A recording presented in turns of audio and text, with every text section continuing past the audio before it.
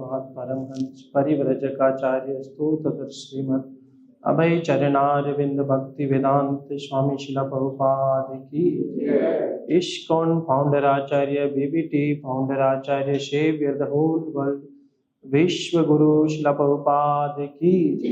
अनंत कोटि वैष्णव वृंद की। नामाचार्य शिला हरिदास ठाकुर की। ग्रंथराज श्रीमद् भागवतम की। ओम नमो भगवते वासुदेवाय।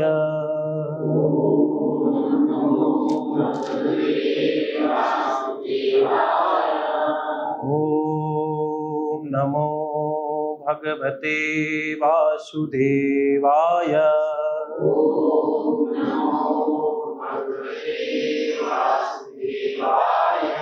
ओम नमो भगवते वासुदेवाय।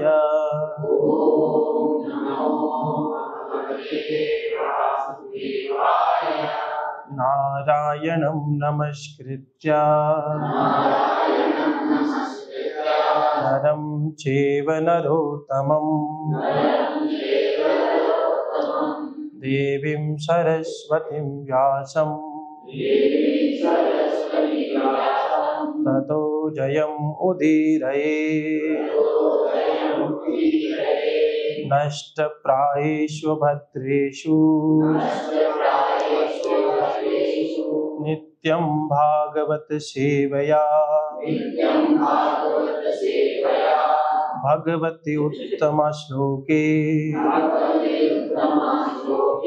भक्तिर्भवति नैष्ठिकी।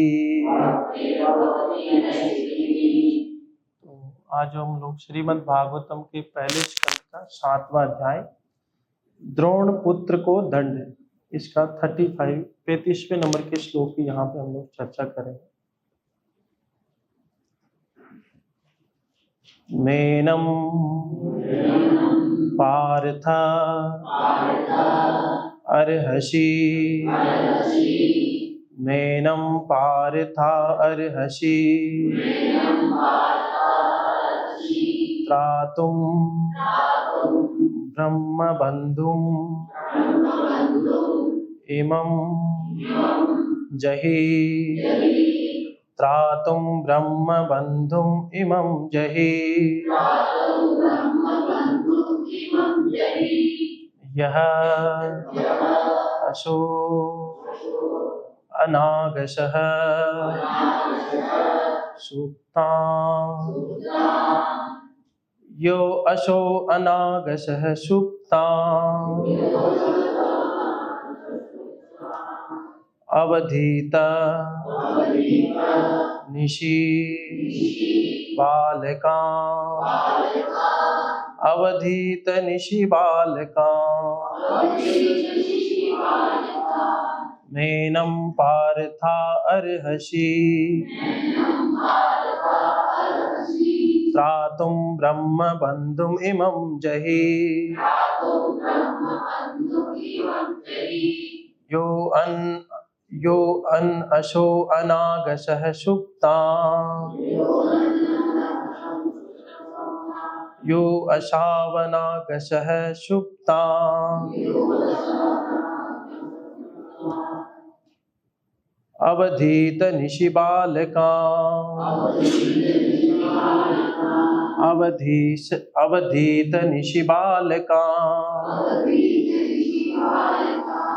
मेनं पार्था अर्हसि त्रातुं ब्रह्मबन्धुमिमं जहि। यो अशावनागसः सुप्तां अवधीत निशि बालकां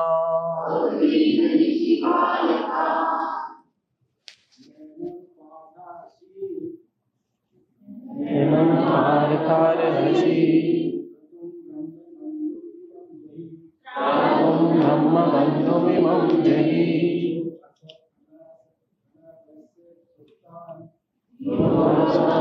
अनागशः सुप्ताम्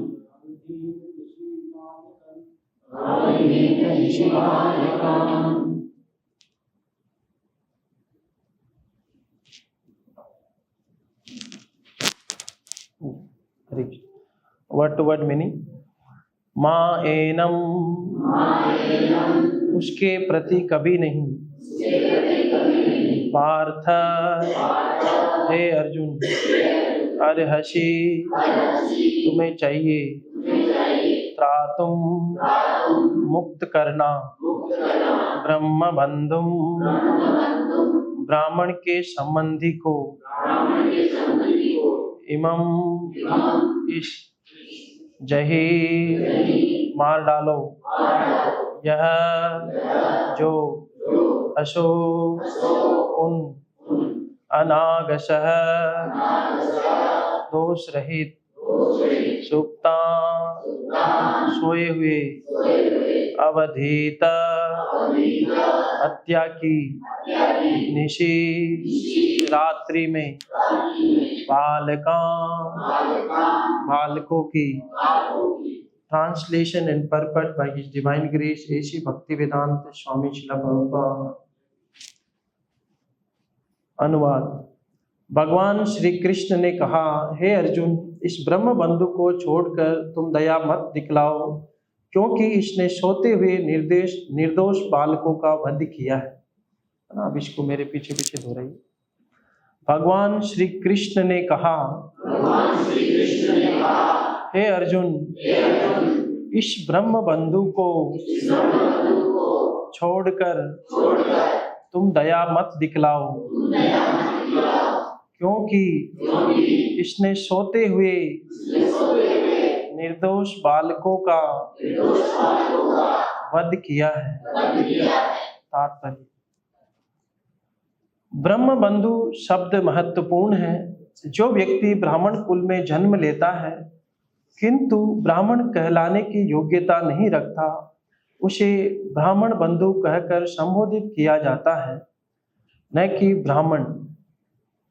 उच्च न्यायालय के न्यायाधीश का पुत्र स्वतः ही न्यायाधीश नहीं हो जाता, क्योंकि न्यायाधीश के पुत्र को न्यायाधीश का रिश्तेदार कहने में कोई हर्ज नहीं है। अतः जिस प्रकार कोई जन्म के द्वारा ही न्यायालय का न्यायाधीश नहीं बन जाता, उसी प्रकार कोई जन्म के आधार पर ही ब्राह्मण नहीं होता, अपितु उसे ब्राह्मण की आवश्यक योग्यताएं प्राप्त करनी होती है। जिस प्रकार न्यायाधीश का पद उसके योग्य व्यक्ति के लिए होता है, उसी प्रकार से ब्राह्मण का पद भी योग्यता से ही प्राप्त होता है। शास्त्रों का आदेश है कि यदि ब्राह्मण से इतर कुल में भी उत्पन्न हुए पुरुष में ब्राह्मण के सद्गुण रहते हैं, तो उसे ब्राह्मण के रूप में स्वीकार करना होता है। इसी प्रकार यदि ब्राह्मण कुल में उत्पन्न व्यक्ति ब्राह्मण के गुणों से रहित होता है, तो उसे अब्राह्मण या ठीक से कहना चाहे तो ब्राह्मण बंधु कहना चाहिए। समस्त वेदों के परम प्रमाण भगवान श्री कृष्ण ने ये अंतर स्वयं बताए हैं और इसका कारण अगले श्लोक में बताने वाले हैं। इस प्रकार भक्ति वेदांत तात्पर्य का अंत। ओम ज्ञानतिमिरान्धस्य ज्ञानञ्जनशलाकया चक्षुरुन्मीलितं येन तस्मै श्रीगुरुवे नमः। नमो विष्णुपादाय कृष्णप्रेष्ठाय भूतले श्रीमते भक्तिवेदांत स्वामिन्निति नामिने। नमस्ते सारस्वते देवे गौरवाणी प्रचारिणे निर्विशेष शून्यवादी पाश्चात्य देश तारिणे। जय श्री कृष्ण चैतन्य प्रभु नित्यानंदा श्री अद्वैत गदाधर श्रीवासादि गौर भक्त वृंदा। हरे कृष्णा कृष्णा कृष्णा हरे हरे, हरे राम राम राम हरे हरे।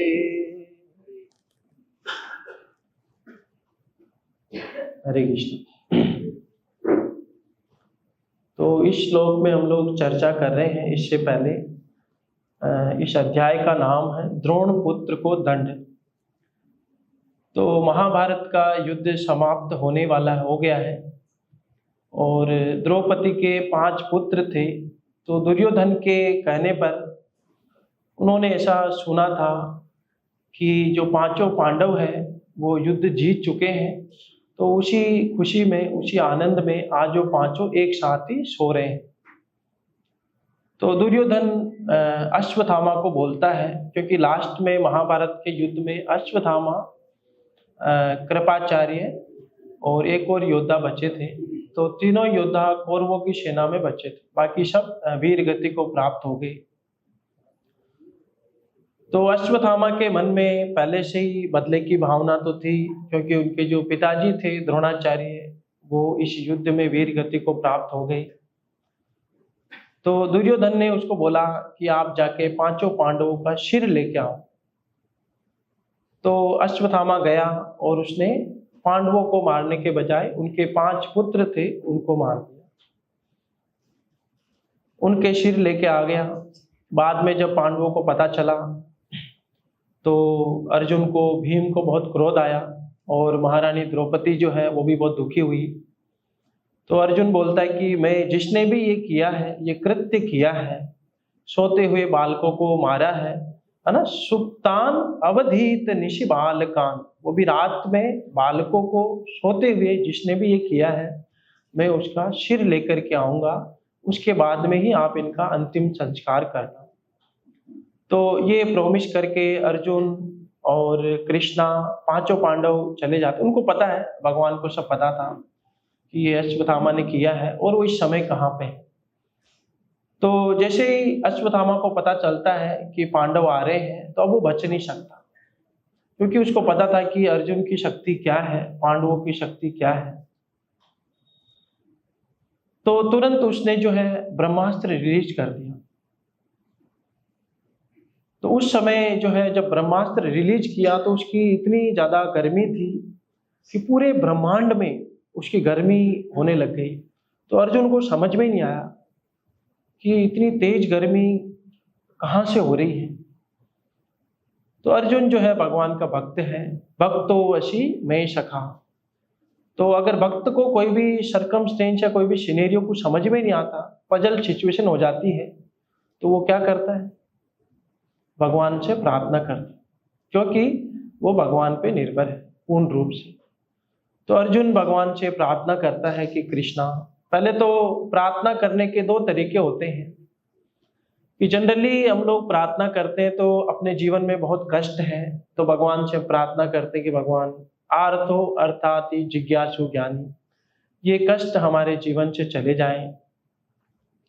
लेकिन श्रीमद् भागवतम में जो प्रार्थना करने का जो तरीका बताया है कि पहले तो हम भगवान की महिमाओं का गुणगान करें कि कृष्णा कौन है, तो वो हमें ज्ञात होना चाहिए, है ना। जैसे प्रभुपाद जी बताते हैं कि हम किसी को प्रीच करने जाते हैं, मिलते हैं, तो पहले तो उसको फ्लैटर करना है कि सर आप बहुत अच्छा महात्मा है एक्चुअली, और उसको हो सके तो दंडवत करो, और फिर उसको बोलना है कि बस मेरी, वो जब इस तरीके से उसको आप गुणगान करेंगे तो खुश हो जाएगा, बोलेगी कि आपको क्या चाहिए, क्यों आए आप।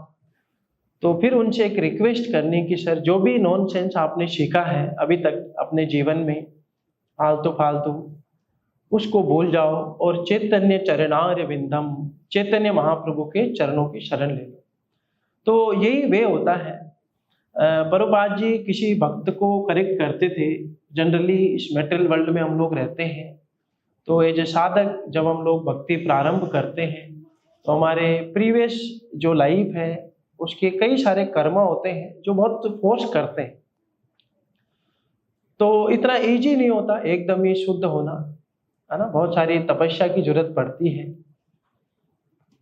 तो बहुत सारी मिस्टेक होती है, लेकिन वो भक्त ही देख सकता है, आचार्य ही उसको सही कर सकते।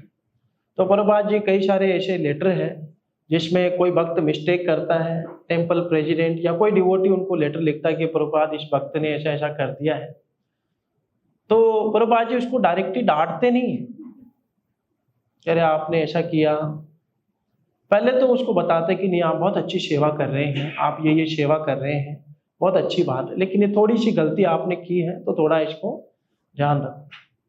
तो कोई भी अगर गलती करता है तो पहले उसकी जो क्वालिटीज है, उसके अंदर जो गुण है, उसका बताना है कि आप बहुत अच्छे आदमी हैं, वैसे तो सब चीज़ें बहुत अच्छी है, लेकिन आप ये गलती कर रहे हैं तो थोड़ा इसको देख लो। तो ये एक तरीका होता है किसी को भी करेक्ट करने का, है ना। आजकल जो करेक्ट करता है वो उसको ये वे नहीं पता है ना, तो बहुत ही ऑफेंडिंग वे में, है ना, वो डायरेक्टली क्रिटिसाइज करता है। तो इसलिए एक माता जी प्रभुपाद जी को लेटर लिखती है कि स्वामी जी आपके जो शिष्य हैं, आपके जो डिसाइपल हैं, क्योंकि पहले भक्त लोग बुक डिस्ट्रीब्यूशन करते थे तो प्रभुपाद जी का आदेश है बुक डिस्ट्रीब्यूशन करना है, तो जो भी उनका तरीका है बुक देना, किसी को बताना। तो एक माता जी प्रभुपाद जी को लेटर लिखती है कि स्वामी जी ना थोड़ा इरिटेटिंग वे, ये बहुत ज़्यादा फोर्स करते हैं कि आप ले लीजिए ले लीजिए, तो बहुत ज़्यादा इरिटेट हो जाते हैं इससे। तो प्रभुपाद जी उसको लेटर लिख के बताते हैं, रिप्लाई करते हैं कि देखो हो सकता है उसने ऐसा किया है, लेकिन हमको एक स्पिरिट उसकी देखनी है कि उसने भगवान को अपना जीवन समर्पित किया है, जो एक महान गुण है। प्रभुपाद जी बताते हैं कि हो सकता है हमारे अंदर बहुत सारी कमी है, लेकिन हम कृष्णा को सरेंडर कर देते हैं तो सारी कमियां सरपास हो जाती हैं। सर्वधर्मान परित्यज्य मामेकं शरणं व्रज अहम त्वाम सर्व पापेभ्यो मोक्षयिष्यामि मा शुचः। कृष्णा बोल रहे हैं कि सर्व पापेभ्यो अहम त्वाम, यानी कि मैं पर्सनली उसको सभी पापों से मोक्षयिष्यामि, मुक्त कर देता हूँ। ये भगवान का आश्वासन है, कृष्ण का आश्वासन है। और माँ शुचः, कोई बोले कि मैं तो बहुत पापी आदमी हूँ, मैं कैसे भगवान को सरेंडर कर सकता हूँ, तो कृष्णा बोल रहे माँ शुचः, डरो मत, निश्चिंत रहो, उत्साहान निश्चयात् धैर्यात्, धैर्यात् निश्चयान, कॉन्फिडेंट। भक्ति जब हम कर रहे हैं तो हमारा कृष्णा से कनेक्शन जुड़ रहा है, तो हमें कॉन्फिडेंट होना चाहिए, है ना, किसी भी तरीके से एंथुसियाज्म लूज नहीं होना चाहिए, क्योंकि जो भी मैं सेवा कर रहा हूं एक एक स्टेप मेरा इटरनल क्रेडिट है। और यहाँ पे मेटेरियल वर्ल्ड में जो भी मैं कर रहा हूं उसका कोई क्रेडिट नहीं है। प्रभुपाद जी बोलते हैं कि जीरो कितने भी हो, उनको चाहे आप ऐड करो मल्टीप्लाई करो, हमेशा जीरो ही रहता है। लेकिन आपने अगर 1 ऐड कर दिया तो उसकी वैल्यू 10 टाइम्स 100 टाइम्स मल्टीप्लाई हो जाती है।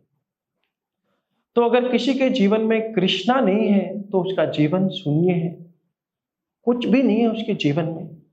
इसीलिए नारद ऋषि भी बताते हैं और कृष्णा खुद बोलते हैं, है ना, ये भगवत गीता में बहुत महत्वपूर्ण श्लोक है कि अपि चेत सुदुराचारो भजते माम अनन्य भाग साधुरेव समन्तव्य सम्यक व्यवस्थितो ईशः। कि अपि चेत सुदुराचारो, कृष्णा बोल रहे हैं, है ना, अपि चेत, अपि मतलब यदि, अपि चेत अगर आप देखते हैं, सुदुराचार है, दुराचार का मतलब होता है बहुत ही बुरा काम। सुदुराचार है मतलब संस्कृत में जब प्रफिक्स ऐड हो जाता है तो बहुत बहुत बहुत बुरा काम। अपि चेत सुदुराचारो भजते माम अनन्य भाग, अगर उसने बहुत बहुत बुरा काम भी किया है, आपको लग रहा है अरे कैसा भक्त है, इतना अबोमिनेबल काम कैसे कर सकता है, आपकी आंखों से आप ये देख रहे हैं, लेकिन आपको कृष्ण की आंखों से देखना है। अपि चेत सुदुराचारो भजते माम अनन्य भाग, अनन्य भाग, कृष्णा बोल रहे फिर भी वो मेरी भक्ति में लगा हुआ है, मेरे भजन में लगा हुआ है। साधुरेव समन्तव्य, फिर भी उसको साधु मानना है। सम्यक व्यवस्थितो, ये कृष्णा बोल रहे हैं। और अगर कोई भी साधु की निंदा करता है अपनी दृष्टि से कमी देख के, तो बहुत बड़ा वो अपराध कर रहा है, तो उसे कृष्णा की दृष्टि से देखना है। नहीं, संसार में हर आदमी का अपना एक विजन होता है, हर एक चीज को देखने का, हर एक सिनेरियो को देखने का, लेकिन वो जरूरी नहीं है कि वो सही हो। आप किस भी सिनेरियो को देख रहे हैं, उसका जो रिजल्ट निकाल रहे हैं उसको आपको शास्त्र दृष्टि से देखना है। साधु शास्त्र गुरु, तो ही वो आपका जो रिजल्ट है, कंक्लूजन है, वो सही है। क्योंकि आप जो भी बद्ध जीव है उसमें 4 कमियां होती है, वो कभी भी परफेक्ट नहीं हो सकता। उसकी इंद्रिया इम्परफेक्ट है, सेंसेज इम्परफेक्ट है, वो हमेशा माया में रहता है, इल्यूजन में रहता है, वो हमेशा मिस्टेक करता है, उसके अंदर हमेशा चीटिंग टेंडेंसी होती है।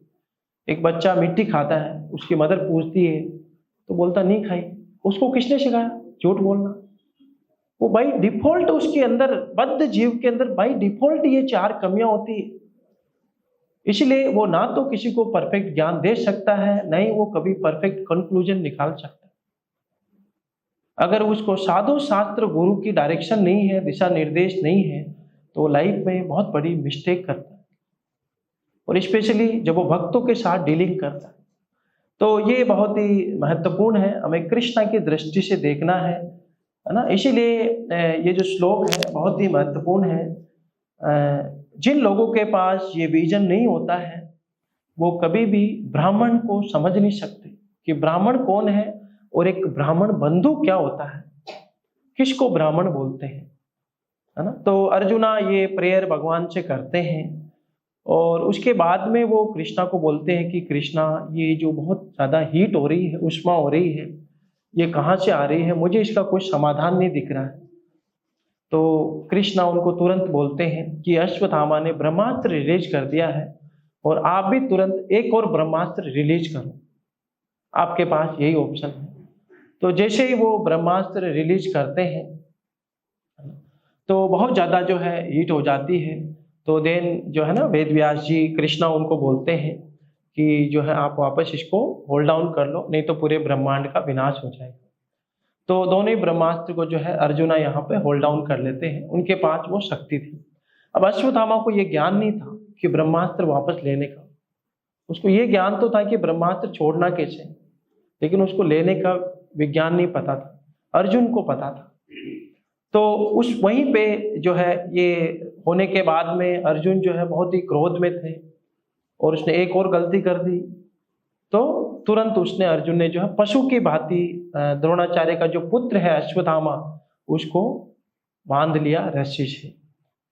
वो उसको, जैसा द्रौपदी से उन्होंने प्रॉमिस किया था कि मैं अश्वत्थामा को लेके आऊंगा, तो उसको द्रौपदी के पास शिविर में ले जाने लगे। तब अर्जुना, जब कृष्णा ये श्लोक बोलते हैं जो आज हम लोग चर्चा कर रहे हैं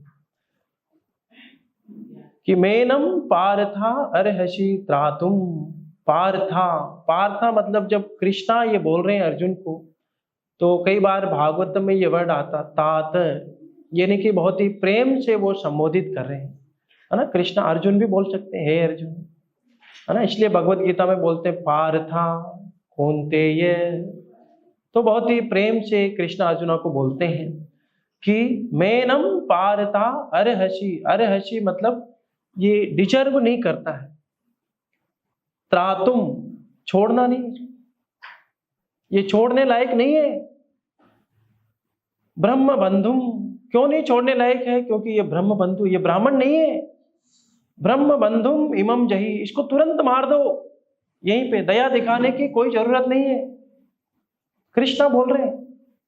तो कृष्णा भी कभी कभी अपने भक्तों का टेस्ट लेते हैं। अब कृष्णा जो है अर्जुन के बहुत अच्छे मित्र हैं, तो वो गलत सलाह नहीं देंगे, लेकिन वो यहाँ पे उनका टेस्ट ले रहे हैं। तो इसलिए कृष्णा बोल रहे हैं कि तुरंत इसको मार दो, दया दिखाने की कोई जरूरत नहीं है। यो अशो अनागशः, अनागशः का मतलब दोष रहित। क्योंकि ब्रह्म बंधु क्यों है? क्योंकि इसने दोष रहित सुप्तान, सोते हुए बालकों की निशी, वो भी रात्रि में हत्या कर दी। क्योंकि जो ब्राह्मण होता है उसको बोलते हैं ब्राह्मण पंडित, उसको ज्ञान होता है शास्त्रों का। तो पहली बात तो उसने गलती की थी युद्ध करके, क्योंकि ब्राह्मण कभी युद्ध नहीं करते, है ना। प्रभुपाद जी इसको बहुत अच्छे से बताते हैं कि जब विश्वामित्र मुनि जो थे उनके यहाँ पे जब वो यज्ञ करते थे दंडकारण्य में, कई सारे राक्षस जो आके अटैक करते थे, उस जगह को अपवित्र कर देते थे। तो वो इतने खुद सफिशिएंट कैपेबल थे, शक्तिशाली थे कि उन राक्षसों का वध कर सकते थे। पर ये ब्राह्मण का काम नहीं है। तो महाराज दशरथ के पास जाते हैं और उनसे हेल्प मांगते हैं कि आपके जो 2 पुत्र हैं, राम और लक्ष्मण, वो मुझे दे दो। तो ये ब्राह्मण का काम नहीं है शस्त्र चलाना। रेयर केस में होता है, जैसे परशुराम जी ब्राह्मण थे तो उन्होंने क्षत्रिय का काम किया, वो रेयर केस होता है। पर इन जनरली ब्राह्मण का काम नहीं है शस्त्र चलाना, और उसको शस्त्र चलाने की जरूरत भी नहीं है। अगर ब्राह्मण को किसी को मारना होता है तो वो अपने वचनों से ही उसको मार सकता है, श्राप देकर के, है ना। प्रतु महाराज के जो पिताजी थे महाराज वेण, जब वो बात नहीं मान रहे थे ऋषि ब्राह्मणों की, तो उन्होंने अपने वचनों से ही उसको मार दिया। तो ब्राह्मण को शस्त्र उठाने की जरूरत नहीं है। पहले ब्राह्मण जब हवन करते थे तो माचिस की तिल्ली से वो अग्नि नहीं जलाते थे, वो मंत्रों से ही अग्नि जलाते थे। और इसीलिए जैसे पशु हत्या होती है ना, जिसको बोलते हैं कि पशु बलि, पशु हत्या एक अलग वर्ड है, एक पशु बलि, है ना। ये बहुत ही वैज्ञानिक है। ये क्यों किया जाता था पहले, कि एक पशु की बलि क्यों दी जाती, कभी घोड़े की बलि दी जाती, कभी गाय की, अश्वमेधम गवालंभम। तो उसका एक कारण ये भी होता था कि ब्राह्मण का काम क्या होता है, यजन याजन पठन पाठन दान प्रतिग्रह, कि वो खुद भी यज्ञ करता है और यज्ञ करना सिखाता है। नए जनरेशन को ब्राह्मण बनाना है तो उसको ट्रेनिंग देना बहुत जरूरी है। तो ट्रेनिंग देने के बाद में एक, है ना, जैसे मिसाइल परीक्षण होता है कि अब मिसाइल रेडी तो हो गई लेकिन इसको लॉन्च करना ही बहुत जरूरी है। ऐसे थोड़ी कि डायरेक्ट युद्ध के समय पे उसको लॉन्च करके देखेंगे, अगर फ्लॉप हो गई तो पहले उसका परीक्षण करना बहुत जरूरी है, ये काम कर रहे कि नहीं कर रहे, जो हमारा विजन है उसके अकॉर्डिंग। तो वो यज्ञ किया जाता है, उसमें ब्राह्मण मंत्रों के द्वारा अग्नि जलाते हैं और मंत्रों के द्वारा ही उस पशु के प्राण लिए जाते हैं, उसको काटा नहीं जाता। जनरली लोग सोचते हैं बलि चढ़ाने का मतलब उसको काटना, ऐसे बलि नहीं देते। मंत्रों के द्वारा ही पशु बलि दी जाती है। तो सीनियर ब्राह्मण होते हैं, वो उनकी देख रेख में जो नए ब्राह्मण हैं जिनको ट्रेनिंग दे रहे हैं, वो मंत्र को उच्चारण करते हैं और रिजल्ट ये होता है कि वो जो भी घोड़ा है या गाय है वो अपना शरीर छोड़ देता है। उससे क्या होता है, उनको एक नया शरीर मिलता है। और यहाँ तक कि प्रभुपाद जी बताते हैं कि उनको मनुष्य शरीर भी मिल जाता है। तो किसी की हत्या नहीं हुई और उसमें जवान पशु को नहीं लेते, बूढ़े पशु को लेते। तो इस तरीके से पशु बलि का शास्त्रों में विधान है। और जब लोगों इसको समझ नहीं पाए, पशु बलि को समझ नहीं पाए, तो उन्होंने मंदिरों को जो है स्लॉटर हाउस, है ना, पशु को मारने का कारखाना बना दिया। तब महात्मा बुद्ध आए, है ना, और उनको बहुत दया आई। तो उन्होंने क्या किया कि पशु हत्या को रोका। तो हिंदू जो ब्राह्मण थे वो बोले कि अरे ये तो आप हमारे शास्त्रों में लिखा, हिंदू शास्त्रों में लिखा। तो फिर महात्मा बुद्ध बोले कि मैं शास्त्रों को नहीं मानता, क्योंकि उनको समझा नहीं सकते। जो आदमी लोअर कॉन्शियसनेस में तमोगुण में है, जो पशु हत्या कर रहा है, उसको आप ये समझा नहीं सकते कि शास्त्रों में और भी एस्पेक्ट है, इसको आपको आचार्य से समझना पड़ता है। ऐसे नहीं कि आप सिंपली पढ़ के आपने कंक्लूजन निकाल लिया कि नहीं यही सही है। इसलिए कृष्णा यहाँ पे बोल रहे हैं तो अर्जुना ने डायरेक्ट इसका कंक्लूजन नहीं निकाला, कृष्णा कभी कभी टेस्ट भी करते हैं। ऐसे ही ध्रुव महाराज को नारद ऋषि टेस्ट करते हैं गुरु दीक्षा देने से पहले, कि बोले अभी तो आप बालक हैं 5 साल के, अभी तो आप घर जाके खेलो कूदो, अभी भक्ति की उम्र नहीं है, भक्ति तो आप जो है बाद में जब उम्र हो जाए आपकी तब कर लेना। तो वो पहले टेस्ट करते हैं, इसलिए माया भी पहले टेस्ट करती किसी को कृष्णा की कॉन्फिडेंशियल सर्विस देने से पहले माया भी टेस्ट करती, क्योंकि हर किसी को सर्विस नहीं दे सकती, नहीं तो वो व्यवधान क्रिएट करेगा, है ना। इसलिए हमारे यहाँ पे कई बार होता है कि कई लड़के फ्रस्ट्रेट हो जाते हैं, बोले हमको भी आपकी तरह ज्वाइन होना है ना। तो उसको बोलते हैं कि भाई ठीक है, बहुत अच्छी बात है, बहुत अच्छी स्पिरिट है, आपको 3 दिन तक पोट वॉश करनी है ना। आपको सोना नहीं बेड पे, खड़े खड़े ही सोना है, कोने में खड़े होके सोना है। तो उसको समझ में आ जाता है कि जैसा मैं सोच रहा वैसा नहीं है, कृष्णा की सर्विस उतनी इजी नहीं है ना। जनरली लोग क्या सोचते हैं कि मेटेरियल लाइफ मतलब बहुत ही मिजरेबल, दुखालयम शाश्वतम, दीवानिशी हिया जले तारी बारे ना देखी, टेरिबल सफरिंग है, दिन रात हृदय में काम वासना भबक रही है, शांति नहीं है, क्रोध आता है, दीवानिशी हिया जले, दिन और रात विषा अनले, है ना, जैसे जहरीली वाष्प उठती उस तरीके से, तो बहुत दुखी है। उसको लगता है कि इधर कीर्तन में आया, थोड़ा नाचा, बोले हाँ यही करना है, हाँ यही करना है, पर वो आप कर नहीं पाएंगे, इतना आसान नहीं है। तो इसीलिए माया का टेस्ट उसे पास करना ही पड़ता है। प्रभुपाद जी से एक इंटरव्यू में किसी ने पूछा, प्रभुपाद जी आपको 2 हार्ट अटैक आए जलदूता जहाज में। तो प्रभुपाद जी उनको बताते हैं कि उदाहरण देके कि किसी को भी अगर गवर्नमेंट बड़ी ऑफिशियल पोस्ट देती है तो उससे पहले उसके लोअर पोस्ट से उसको अचानक ही इमीडिएटली नहीं देंगे कि आपको एक बहुत बड़ा मिशन दे दिया। आपको बहुत बड़े टेस्ट पास करने होते हैं, पहले बहुत सारे टास्क दिए जाते हैं। उसी तरीके से जब कृष्णा आपको कुछ बड़ी सेवा देना चाहते हैं, कुछ, है ना, एक असीम आनंद की अनुभूति देना चाहते हैं, तब आपको जो है बहुत कष्ट झेलना पड़ता है। इसलिए आप देखेंगे कि भक्तों के जीवन में बहुत कष्ट होते हैं। और भक्ति सिद्धांत ठाकुर महाराज बताते हैं कि जैसे ही आप भक्ति के मार्ग पे चलते हैं, लॉर्ड चैतन्य के मिशन में आगे बढ़ते हैं, तो आपका जो जीवन है वो कांटों से भरा हुआ रहता है।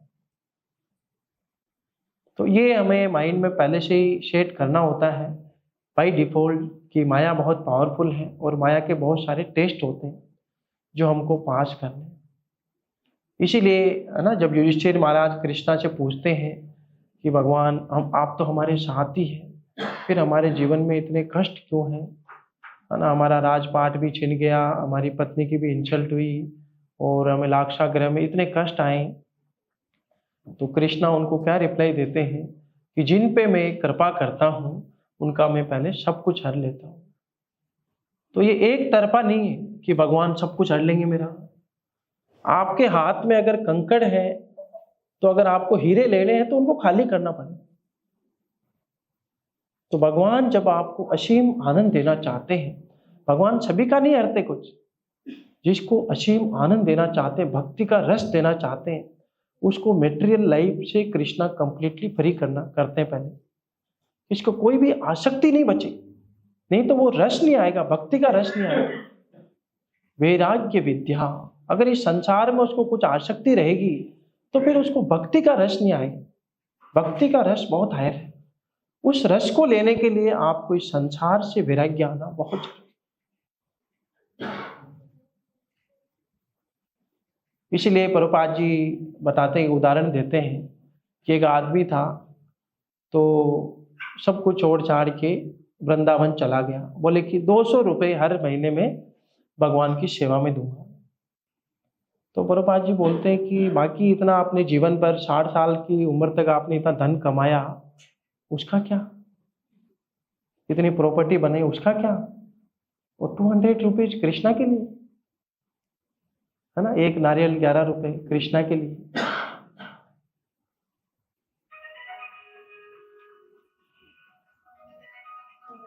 अगर आपको भगवान की शरण में जाना तो कंप्लीट ऐश्वर्य के साथ जाना है। बलि महाराज ने सरेंडर किया तो सब कुछ सरेंडर किया, पहले अपना जो भी था सब सरेंडर किया। जब कुछ नहीं बचा तो थर्ड स्टेप वामन देव ने बोला कि भगवान अब तो मैं ही बचा हूं, आप मेरे सिर पे पैर रखते। इसीलिए उनको महाजन बोलते हैं। प्रभुपाद जी ने सब कुछ सरेंडर किया। कुछ भी नहीं था,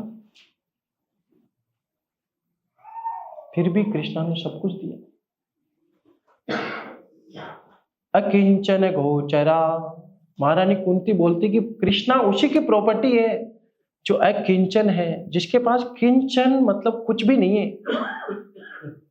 जब तक जिसको लगता है कि मेरा कोई है, मेरा परिवार सब ये मेरे काम आ सकता है, तब तक उसको, जब तक किसी को ये नहीं लगे कि कृष्ण के बिना मेरा जीवन नहीं चल सकता, आरे नारे बाप, कृष्ण ही सब कुछ है, तभी उसको भक्ति का रस आ सकता है।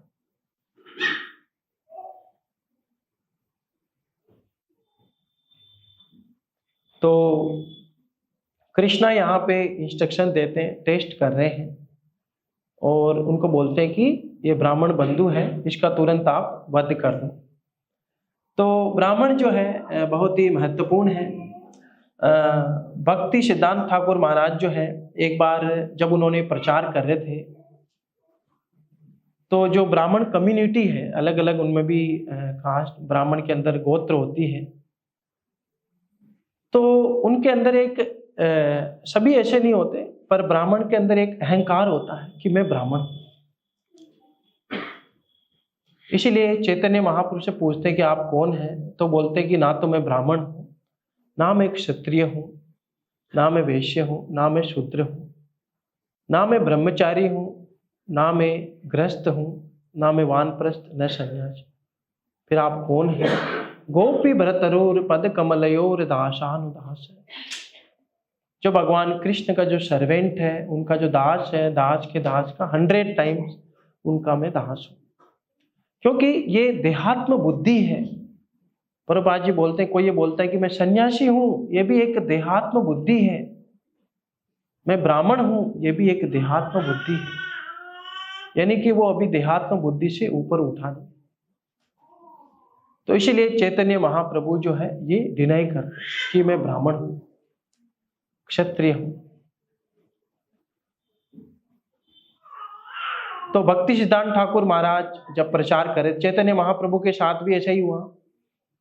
तो एक बार चैतन्य महाप्रभु है ना, जो वृंदावन के भाव में कि हे ललिता, हे विशाखा, जैसे गोस्वामी थे कि हे राधे ब्रज देविके च ललिते, हे नंद सुनो कुत, श्री गोवर्धन पाद तल्प कालिंदी वनयातिरे च, घोष हंतावित सर्वतो ब्रजपुरे खेदेर महाविहवलो, वंदे रूप सनातनो रघुयुगो श्री जीव गोपाल को। कि वो हे राधे ब्रज देवी के च ललिते, जब वो वृंदावन में रहते थे तो भगवान के विरह में कि हे राधे, हे राधा रानी आप कहाँ हैं, हे राधे ब्रज देवी के च ललिते, हे ललिता, नंद सुनो कुत, नंद महाराज के पुत्र कृष्णा। और वो सब जगह ढूंढते थे, गोवर्धन पाद तल्प, गोवर्धन में ढूंढते थे, कालिंदी वन या तिरे च, और वो यमुना के किनारे वन में ढूंढते थे कि कहाँ गए हे राधे, हे कृष्णा, हे ललिता, हे विशाखा। और ऐसे नहीं कि घोष हंताविति सर्वतो, चिल्लाते हुए पूरे ब्रज में, ब्रजपुरे खेदेर महाविहवलो, जो महाभाव है उसमें विहवल होते हुए पूरे ब्रज में इस तरीके से वो भ्रमण करते थे।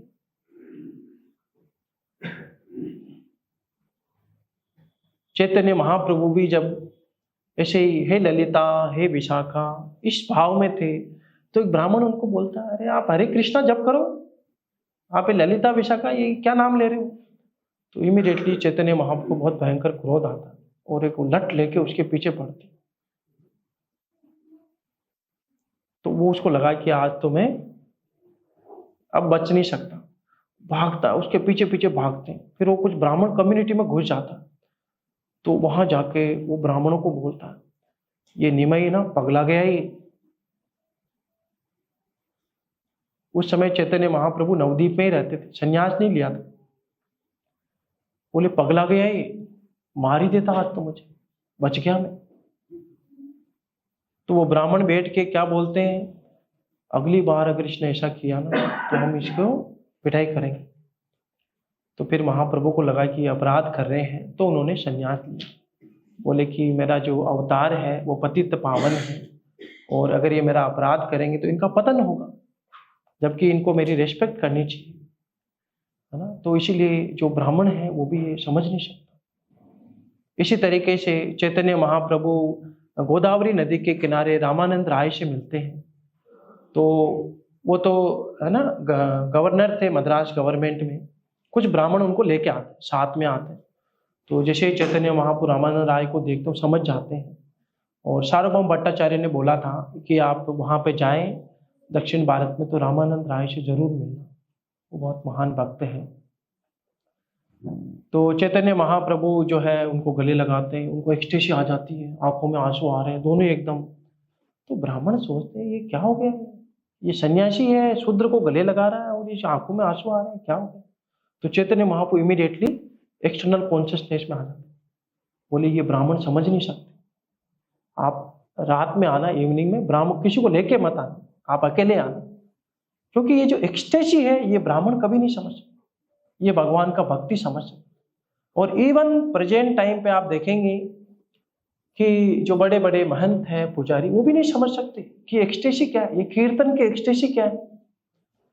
वो जिसको ये अनुभव हुआ है वही समझ सकता है।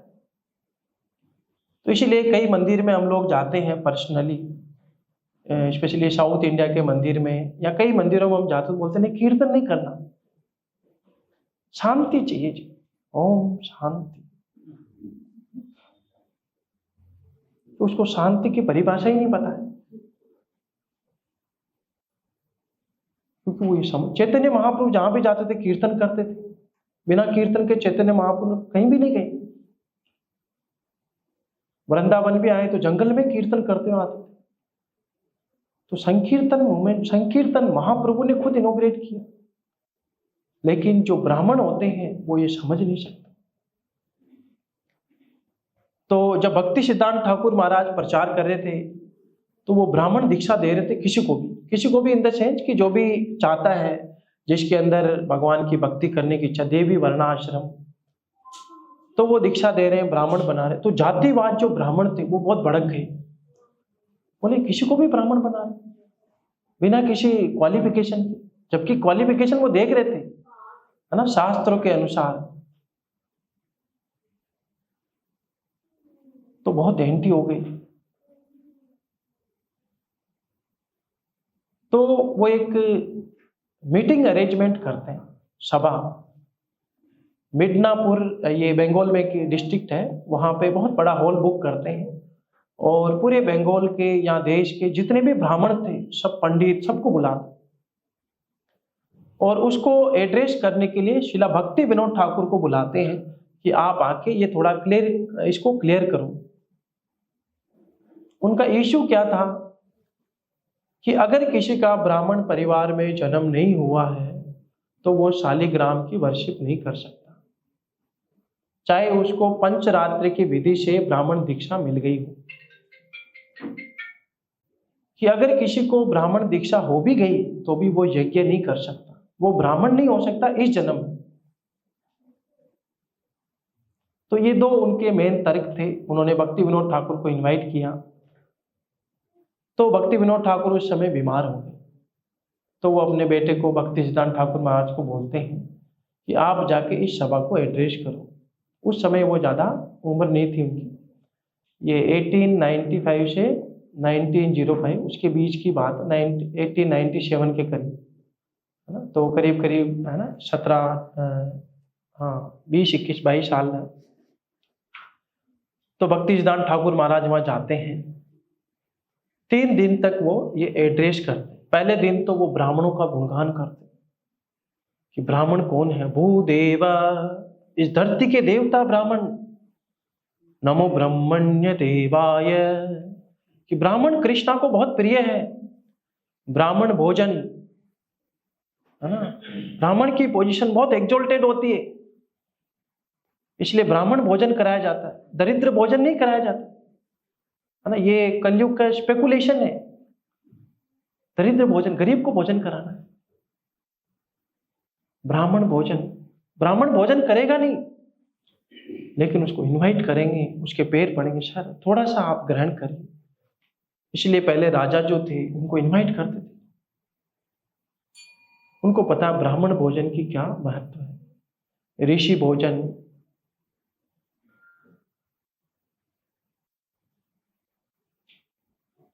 और भी कई सारे पास टाइम आते हैं। कृष्णा खुद बोलते हैं, विष्णु जी खुद बोलते हैं फोर कुमाराज को कि मुझे कोई यज्ञ में आहुति देता है, उससे इतनी खुशी नहीं मिलती, उतनी संतुष्टि नहीं मिलती जितनी कोई मैं ब्राह्मण के मुख से खाता हूं। एक्चुअल में भगवान ब्राह्मण के मुख से ही खाते हैं।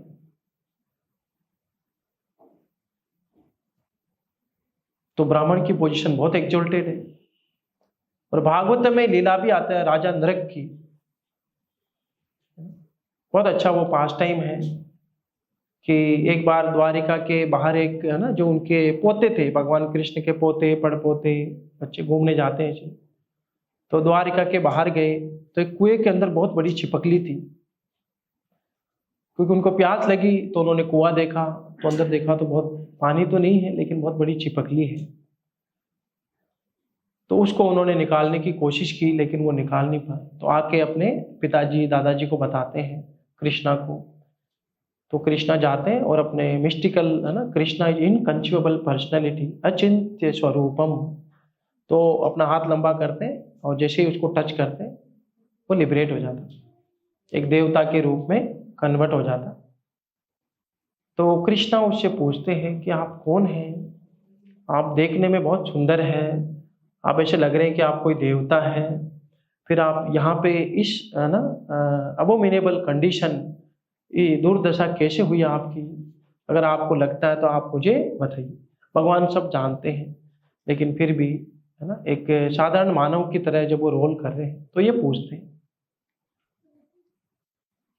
तो वो थोड़ा, आपने सुना होगा है ना, इस धरती पे जितने कण हैं, बारिश की जितनी बूंदें हैं, उतनी गायें मैंने दान में दी थी। अगर आपने दानवीरों का नाम सुना होगा तो मेरा नाम भी जरूर सुना होगा। इतना बड़ा दानी था, मैंने इतने पौधे लगवाए, इतने बावड़ियां खुदवाई, और मैंने इतने दान का काम किया, इतनी गायें मैंने दान में दी। और गाय साधारण गाय नहीं थी, एक बछड़े वाली गाय, और जिसका हर एक जो है उसको शिलकन का कपड़ा उड़ाया, उसके है ना सोने के सींग पे जो उसके सींग थे उस पे लेपिंग थी, चांदी के खुर थे। और मैंने ऐसे किसी को नहीं दी, यज्ञ के द्वारा, यज्ञ करने के बाद ब्राह्मणों को दान में दी, क्वालिफाइड ब्राह्मणों को। लेकिन मेरे से एक गलती हो गई, मेरी एक गाय जो है वो गलती से 2 बार दान में दी गई। मैंने दान में दी, वो गाय गलती से वापस मेरे बाड़े में आ गई, और मैंने वही गाय जो है दूसरे ब्राह्मण को दान में दे दी। तो वो दोनों ही ब्राह्मण लड़ने लग गए, बोले मेरी गाय मेरी गाय। तो लड़ते लड़ते वो मेरे महल में आ गए। तो मैंने उनको सांत्वना देने के लिए बोला, एक गाय के बदले में दोनों को 1-1 लाख गाय दान में दूंगा। लेकिन वो ब्राह्मण शांत नहीं हुए और दुखी होकर के चले गए। और इस तरीके से मैंने पूरा जीवन बिताया। जब यमराज ने मेरे से पूछा कि आप पहले पाप भुगतेंगे या पुण्य, तो उसको लगा मैंने तो पाप तो ऑलमोस्ट किए ही नहीं, पुण्य ही पुण्य किए। तो बोले फिर भी गलती से कुछ हो गया हो तो पहले मैं पाप भुगत लेता हूँ, ताकि फिर मैं जब आनंद पुण्य भुगतूं तो उसमें कोई भी रुकावट नहीं आए। तो बोले ठीक है, मैं पहले पाप भुगत लेता हूँ। इमीडिएटली वो चिपकली बढ़ गया। एक छोटी सी मिस्ट। तो कृष्णा क्या बताना चाह रहे हैं अपने पोतों पड़पोतों और बच्चों को, कि एक ब्राह्मण की संपत्ति को लेना कितना हानिकारक है, और इसमें पूरी शिक्षा है। अगर कोई मन में भी सोचता है ब्राह्मण की संपत्ति को लेने का, तो रो रो नामक नरक में जाता वो। और किसी ब्राह्मण का अगर बड़ा परिवार है, सपोज उसकी पत्नी 5-10 बच्चे 10 बच्चे, बड़ा परिवार है, और आपने अगर उसको कष्ट पहुंचा दिया, कष्ट पहुंचाने की सोची भी श्री, तो आप स्टूल में कीड़ा बनेंगे 60,000 साल तक। और ऐसे बताते हैं कि आपकी 21 योनियां नरक में जाएगी। बोले ब्राह्मण की संपत्ति को कोई राजा भी क्लेम नहीं कर सकता, है ना, कोई भी नहीं ले सकता, है ना। इसलिए जैसे मंदिर होता है ना, तो मंदिर में जैसे, है ना, भगवान की प्रॉपर्टी है, संपदा है, तो कई बार राजा जो है नहीं बोले ये क्या करेंगे, लेकिन ले नहीं सकते कोई, ये शास्त्र विधान है। तो ये शिक्षा देते तो ब्राह्मण की पोजीशन बहुत एक्सोल्टेड होती है। भक्ति सिद्धांत ठाकुर महाराज गुणगान करते हैं, फिर वो वैष्णव का गुणगान करते हैं कि वैष्णव स्टिल एक्सोल्टेड, वो ब्राह्मणों से भी ज्यादा महान है। और बताते हैं मंत्र तंत्र, है ना, कि षड कर्म निपुणो मंत्र तंत्र विशारदा। अगर वो षड कर्म निपुण है, यजन याजन पठन पाठन दान प्रतिग्रह और मंत्र तंत्र में सब में एक्सपर्ट है, लेकिन अवैष्णव गुरु नश्या, अगर वो वैष्णव नहीं है तो वो गुरु नहीं बन सकता। और ये भागवत में उदाहरण आता है कि जब भगवान ने वस्त्र हरण लीला की थी तो अर्ली मॉर्निंग में वो लीला हुई थी, और उसके बाद में जो गो बालक थे वो बोले कि कृष्णा बलराम अब बहुत शक्तिशाली है, बड़े बड़े राक्षसों का आपने वध किया है, आज हमें भूख लग रही है तो कुछ भोजन की व्यवस्था करो। तो कृष्णा उनको बोलते हैं कि पास में कुछ ब्राह्मण यज्ञ कर रहे हैं, तो मेरे नाम से मत मांगना, क्योंकि मेरे को ये जनरली नंद महाराज का पुत्र समझते हैं, तो वैश्य समाज से आता है। आप बलराम जी के नाम से मांगना, क्योंकि वो क्षत्रिय है, जनरली दान ब्राह्मण को दिया जाता है, लेकिन क्षत्रिय के नाम से भी वो आपको दे सकते हैं। तो वो गए, बहुत सिंपल बच्चे, क्योंकि भगवान का भक्त बहुत सिंपल होता है। ब्राह्मणों को गुणगान किया कि आप धरती के सबसे ज्ञानी पुरुष हैं, भूदेव है, धरती के भगवान होते हैं ब्राह्मण, है ना, बहुत ज्ञानी हैं। और कृष्ण बलराम पास में गाय चरा रहे हैं और उनको थोड़ी भोजन की आवश्यकता है, तो आपने जो यज्ञ के लिए भोग बनाया है उसमें से थोड़ा सा। वो ब्राह्मणों ने उनकी तरफ देखा भी नहीं, बात भी नहीं की। वो बच्चे उनको दंडवत किया। कौन थे? हाँ, कृत पुण्य पुंजा, भगवान कृष्ण के साथ जो बालक खेल रहे हैं वो साधारण बच्चे नहीं है। फिर वो आके कृष्ण को बताते कि कुछ नहीं मिला, कोई रिप्लाई नहीं आया। बाद में कृष्णा बोलते कि उनकी पत्नियों के पास जाओ, वो मेरी महान भक्त है। तो ये ब्राह्मण होते हैं। अल्टीमेट यज्ञ करने का क्या फायदा? यज्ञ किसके लिए कर रहे हैं? कृष्णा की खुशी के लिए, कृष्णा को प्रसन्न, तो कृष्णा खुद ही मांग रहे हैं। तो बाद में उनको पश्चाताप हुआ। तो ये षट कर्म निपुण ब्राह्मण होते हैं, एक्सपर्ट पूजा करने में, मंत्र तंत्र में, लेकिन वो कृष्णा को एक्सेप्ट नहीं करते। इसीलिए ब्राह्मण जो है ब्रह्म जानाति इति ब्राह्मण है, कि जो ब्राह्मण है उसको ब्राह्मण रियलाइजेशन तक ही वो जा पाता है। हाईएस्ट रियलाइजेशन क्या है? भगवान रियलाइजेशन। वो केवल भगवान का भक्त ही रियलाइज कर सकता है। तो ब्राह्मण की पोजीशन बहुत एक्सोल्टेड होती है, उससे भी एक्सोल्टेड पोजीशन जो है वो वैष्णव की होती है। भक्ति सिद्धांत ठाकुर महाराज जी बताते हैं, तो सभी ब्राह्मण जो है शुरू में तो ब्राह्मणों का गुणगान कर रहे हैं, तो कुछ लोग सोचते हैं, बोले ये किस लिए मीटिंग में किस लिए आए, ये किसका पक्ष ले रहे हैं। फिर बाद में उनको समझ में आता है कि एकदम क्लियरिटी उन्होंने कर दी। तो जो ब्राह्मण समाज है बहुत ही एरोगेंट हो गई, बोले इनको खत्म कर दो। तो वो एक पुलिस वाले के पास जाते हैं, उनको रिश्वत देते हैं कि आप ये रिश्वत रख लो, ताकि हम उनको मारेंगे तो आप कुछ एक्शन मत लेना। तो पुलिस वाला भक्ति सिद्धांत ठाकुर महाराज के पास आता है, बोले महाराज हम करप्ट जरूर हैं, हम गंदा काम करते हैं, रिश्वत लेते हैं, लेकिन एक साधु की हत्या का पाप नहीं लेना चाहते, तो आपके जीवन को बहुत खतरा है, थोड़ा संभल के रहिए। तो फिर उन्होंने 2 सिक्योरिटी गार्ड रखे थे अपनी सर्विस के लिए, अपनी सुरक्षा के लिए। तो ये ब्राह्मण अहंकार, इतना एरोगेंट ब्राह्मण होने का, पंडित कोई मंदिर में पूजा नहीं कर सकता हमारे अलावा, जिसका ब्राह्मण में परिवार में जन्म हुआ वही ब्राह्मण बन सकता है। वो कभी भी एरोगेंट आदमी कृष्णा को अप्रोच नहीं कर सकता। कृष्णा को अप्रोच करना है ह्यूमिलिटी, विनम्रता, सरेंडर। एरोगेंट आदमी कभी कृष्णा को सरेंडर नहीं कर सकता। कुछ वैष्णव जो है प्रभुपाद जी के शिष्य थे, जनरली फॉरेनर थे उस समय, तो एक मंदिर में दर्शन करने आते हैं। तो मंदिर का जो पुजारी होता है उनको आशीर्वाद देता है, नेक्स्ट जन्म में आप ब्राह्मण बनो। तो वो प्रभुपाद से आके पूछते हैं कि प्रभुपाद ये ऐसा बोल रहे हैं, हमको कुछ समझ में नहीं आया। तो प्रभुपाद जी उनको एक स्टोरी सुना के समझाते हैं।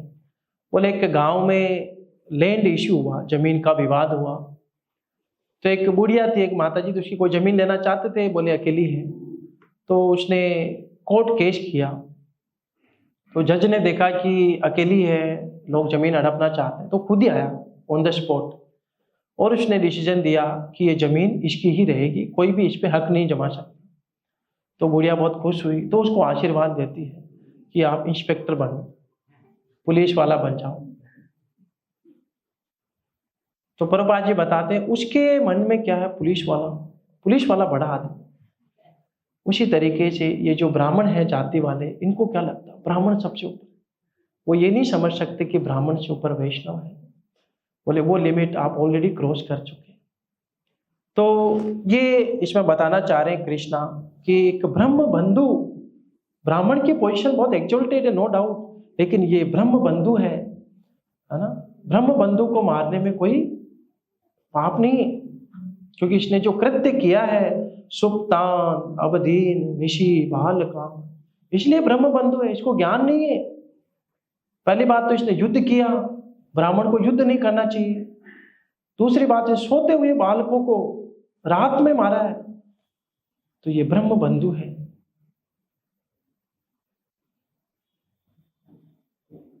तो इसे ब्राह्मण हत्या का पाप नहीं लगेगा। जैसे कोई ब्राह्मण मर जाता है तो अगर उसको उसकी बॉडी को जलाएंगे तो बोले ब्रह्म हत्या थोड़ी होगी। ब्राह्मण मतलब क्वालिटी, गुण है। ब्राह्मणी शरीर नहीं है। शमो दमो तपो शोचम क्षांतिरार्जवम ज्ञान विज्ञान आस्तिक्यम ब्रह्म कर्म स्वभावजम। ब्राह्मण मतलब उसमें ये 9 गुण होने चाहिए। उस गुणों से वो ब्राह्मण है। चातुर्वर्णम मया सृष्टिम गुण कर्म विभाग से, उसके अंदर वो गुण होने चाहिए और वो उसके कर्म वैसे होने चाहिए, तभी वो ब्राह्मण है। ऐसे नहीं कि चाय वाले पंडित जी चाय वाले नहीं होते कभी। पंडित जी मतलब ब्राह्मण पंडित, ब्राह्मण वैष्णव। पान वाले पंडित जी, प्रभुपाद जी बताते हैं।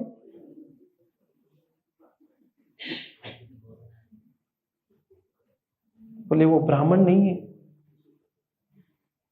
प्रभुपाद जी एक मंदिर में गए, तो जैसे ही प्रभुपाद जी किसी मंदिर में जाते थे, जो भगवान को जो भोग लगता था महाप्रसाद, वो उनको ऑफर किया जाता था। उसको खा के प्रभुपाद जी पता लगा लेते मंदिर में कैसे क्या चल रहा है। तो उनको पहली प्लेट ऑफर की, ऑफर करते जैसे उन्होंने पहला निवाला खाया, बोले कि किसने बनाया, उसको किचन से हटा दो तुरंत। तो बोलते प्रभुपाद जी एक ब्राह्मण ही है, ब्राह्मण को ही हमने हायर किया कुक के लिए। बोले वो ब्राह्मण नहीं है, ब्राह्मण नहीं है, भोजन में टेस्ट नहीं है बिल्कुल, उसको तुरंत हटा दो यहाँ इस जॉब से। तो वो जाति वाले ब्राह्मण। और ऐसे एक जगह प्रभुपाद जी एक मंदिर में गए, तो उनको प्रसाद सर्व कर रहे थे, तो गरम गरम पूड़ी, फूली हुई पूड़ी आ रही थी। तो प्रभुपाद जी बोले कुक कौन है। तो तुरंत भक्त लोग जाके उसको बोलते हैं प्रभुपाद जी याद कर रहे हैं। तो वो आता, प्रभुपाद जी बोलते हैं बहुत अच्छा, और बहुत अच्छे से जप कर रहे हैं, बहुत अच्छे से नियमों का पालन कर रहे हैं, प्रसादम बहुत स्वादिष्ट है। तो प्रभुपाद जी उसे पता लगा लेते थे कि मंदिर में कैसी क्या एक्टिविटी चल रही है, कितनी शुद्धता से भगवान को भोग लग रहा है, भगवान का कैसे श्रृंगार हो रहा है। तो आचार्य को कोई धोखा नहीं दे सकता, है ना। वो जो बताते हैं फाइनल वर्डिक्ट है। भक्ति सिद्धांत ठाकुर महाराज किसी को इनिशिएट करे, जो ब्राह्मण तो ब्राह्मण बन गया, वो क्वालिफाइड ब्राह्मण। प्रभुपाद जी ने किसको दीक्षा दे दी, भक्ति वेदांत स्वामी का शिष्य बन गया, तो वो परफेक्ट ब्राह्मण बन गया हो। तो ये बहुत ही महत्वपूर्ण है, यही यहाँ पे बताते हैं। और प्रभुपाद जी बहुत अच्छा उदाहरण से बताते हैं कि न्यायाधीश का जो पुत्र है वो न्यायाधीश नहीं हो सकता, उसको न्यायाधीश का रिश्तेदार बोल सकते। बहुत अच्छा उदाहरण है, क्योंकि वो एक क्वालिफिकेशन है। इसीलिए ब्राह्मण एक क्वालिफिकेशन है, ब्राह्मण एक गुण है। ब्राह्मण जन्म से नहीं, जाति से नहीं, शास्त्रों में कहीं नहीं लिखा। और इसमें एक श्लोक भी प्रभुपाद जी इसका ट्रांसलेशन बताते हैं, 2 मिनट में हम लोग समाप्त करेंगे, है ना। ये बहुत अच्छा श्लोक है। और ये प्रभुपाद जी के ना, जनरली जो वृंदावन में जब प्रभुपाद जी ने कृष्ण बलराम मंदिर बनाया, तो वहाँ के जो ब्राह्मण थे, वो जो अंग्रेज जो डिसाइपल थे प्रभुपाद जी के, उनको ब्राह्मण नहीं मानते थे। बोलते ये मलेच्छा यवना है, मांस मच्छी खाई इन्होंने, ये ब्राह्मण कैसे। तो एक राधा रमन टेम्पल के कोई गोस्वामी थे, उनके पास प्रभुपाद जी एक शिष्य जाता उनसे मिलने, इनवाइट करने के लिए। तो वो बोलता है कि मैं ये जो ना, मैंने ब्रज संन्यास ले रखा है, मैं इस परिधि से बाहर नहीं जाता। हमारा कृष्ण बलराम मंदिर थोड़ा बाहर पड़ता है ना, इस्कॉन या हमारा जो भी मंदिर है, जो राधा रमन जी है, राधा दामोदर है, निधि वन है, उस एरिया में वो रहते थे। बोले मैं इस एरिया से बाहर नहीं जाता। तो वो ये पूछता है कि आप लोग ब्राह्मण कैसे हैं। तो वो ये श्लोक कोट करता है, यस्य यल लक्षणम प्रोक्तम पुंसो वर्णाभिव्यंजकम यद अन्यत्रापि दर्शये तत्तेनेव विनिर्दिशे। यस्य यल लक्षणम प्रोक्तम, अगर आप किसी भी पर्सन में ये लक्षण देखे, पुंसो मतलब किसी भी पर्सन में, वर्णाभिव्यंजकम वर्ण के अनुसार, जैसे कोई ब्राह्मण के लक्षण अगर आपको किसी में दिखे, तो यद अन्यत्रापि दर्शेत, हो सकता है वो शूद्र परिवार में उसका जन्म हुआ है, लेकिन उसमें अगर ब्राह्मण के लक्षण है, ब्राह्मण के गुण है, तत्तेनेव विनिर्दिशे, उसको ब्राह्मण ही मानना है। और अगर किसी का ब्राह्मण परिवार में जन्म हुआ है, उसमें लक्षण शूद्र के हैं, तो उसको शूद्र ही मानना है, उसको ब्राह्मण की रेस्पेक्ट नहीं देनी है। तो ये जो है, ये वो श्लोक भक्त कोट करता है। वो बोलता है आपके जो गुरुजी है बहुत एक्सपर्ट है ना, आपको ट्रेंड कर रखा है, मतलब कहाँ पे कौन सा श्लोक बोलना है ना, किसको क्या जवाब देना है। तो ये प्रभुपाद जी कोट करते हैं, बहुत जगह बोलते हैं, यस्य यल लक्षणम प्रोक्तम पुंसो वर्णाभिव्यंजकम यदन्यत्रापि दर्शये तत्तेनेव विनिर्दिशे। ये नारद ऋषि बता रहे युधिष्ठिर महाराज, शास्त्र वाक्य है, तो शास्त्र को कोई डिनाई नहीं कर सकता, है ना, चाहे वो कोई भी हो। तो प्रभुपाद जी ने, है ना, सारी डायरेक्शन शास्त्रों के अनुसार दी, और यहीं पे यही बता रहे हैं। तो प्रभुपाद जी बहुत जगह बताते हैं कि ब्राह्मण कौन होता है ना, जाति से कोई ब्राह्मण नहीं होता है ना। तो आज हम लोग यहीं पर समाप्त करेंगे। किसी का कोई प्रश्न है तो आप पूछ सकते हैं। हाँ हरि, ये भागवतम के 7वें स्कंद में है, 11वां चैप्टर है, उसमें लास्ट वाला श्लोक, जब नारद ऋषि युधिष्ठिर महाराज को इंस्ट्रक्शन देते हैं 4 वर्णों के बारे में, तब उसमें ये बताते हैं कि कैसे हमें किसी की पहचान करनी है, ये ब्राह्मण है, ये क्षत्रिय, वैश्य, शूद्र है। तो पहचान करने से पहले वो सारे लक्षण बताते हैं, फिर ये वो बताते हैं कि अगर किसी में ये लक्षण है, आपको कहीं दिख रहे हैं विनिर्दिशेत, तो वो लक्षण दिख रहे हैं, तो आप उसको एज ए लक्षण के अनुसार ही ब्राह्मण, क्षत्रिय, वैश्य और शूद्र मानना है। और किसी का कोई प्रश्न? श्री श्री कृष्ण बलराम की, श्री श्री जगन्नाथ बलदेव सुभद्रा मैया की, श्री श्री गौर निताय की, ग्रंथराज श्रीमद् भागवतम की, विश्व गुरु श्रील प्रभुपाद की, निताय गौर प्रेमानंदे। Thank you very much. Hare Krishna.